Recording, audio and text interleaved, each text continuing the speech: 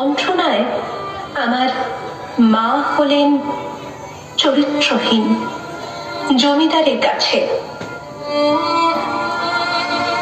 বিয়ের রাতে পাকল গন্ডগোল। আমার শ্বশুর পরিত্যাগ করলেন আমায় নানা কুকথা বলে।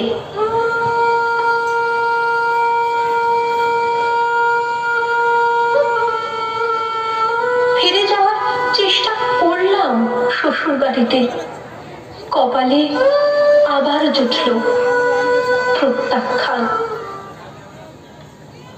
ফিরে এলাম বাড়িতে, কিন্তু হায় বিধাতা, এ কি তোমার খেলা! হারালাম মাকে।